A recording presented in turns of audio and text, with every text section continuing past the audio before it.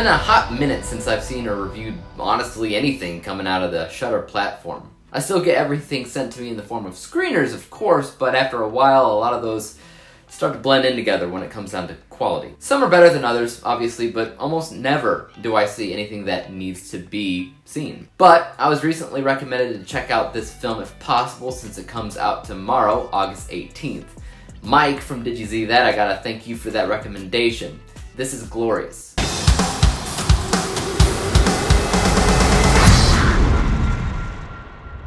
Glorious is a 2022 one-location thriller directed by Rebecca McKendry. Stars Ryan Quanten from True Blood fame as a man at the end of his ropes, clearly upset about something when he pulls into a small rest stop off the highway, ultimately getting stuck and locked in the bathroom with an ancient god played by J.K. Simmons, who speaks to him from the other bathroom stall. I am he. I am that god. Honestly, this film has absolutely no right to be as good as it is. No right. I mean, it is so incredibly bizarre that I have to ask myself how it would have been pitched to studio execs. I mean, I feel like they'd be like, absolutely not. That sounds like a waste of time. The god's played by J.K. Simmons. Take all my money. I could see that because J.K. Simmons really is what wins this entire film over. Even though the actor's nowhere to be seen, it's just his voice. He could have easily just recorded all of his lines in this entire movie while in his boxers at home.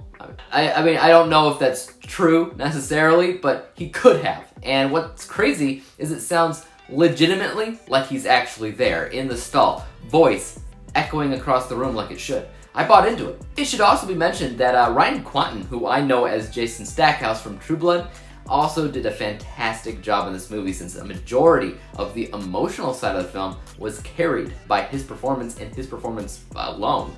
Interwoven, of course, with a very, very dark but hysterical sense of humor with jokes that are timed and paced perfectly. Being a small one-location thriller, there's a lot of focus on technical aspects as well, such as performance and dialogue. There's a ton of that in this film. Also, visuals in terms of some practical effects are definitely decent, but I'd say that there's actually a stronger focus on the importance of light, color, set, and production design than there's a focus on visual effects. There's actually some issues with CGI in the film, but I actually think that the strengths found elsewhere in terms of visuals actually overpower the problems that might happen here and there with CGI. In absolutely all honesty, this is a movie that works. It's a solid film, but I wouldn't necessarily call it horror. Maybe if kids accidentally ran into it, they might get, nightmares, but I found the film to be more of a thriller than anything, and something that I just enjoyed watching and enjoyed experiencing. It was simple and it was fun, not scary. Let's take a look at my final score for a second, which I rated Glorious a B+ letter grade final overall score of 83%, 83 out of 100 possible stars, and based off of the biased and unbiased score, you will notice that I think that it's better made than it is entertaining, but only by a little. And the main reason why is, yes, I do consider it a fun, enjoyable ride of a film, but in the same breath, I don't really have an impulse to buy it. Like, if somebody wanted to give it to me as a gift, then, great. I wouldn't mind at all. But yeah, if I see it at a store, I wouldn't have that urge to grab it. It's an absolute blast of a film to watch once. Definitely a rental. Take that as you will, and let me know your thoughts on Glorious. When and if you see it, I'll be curious to see where it lands for you. If you love it or hate it, am I right, am I wrong? And as for YouTube, you guys know what to do.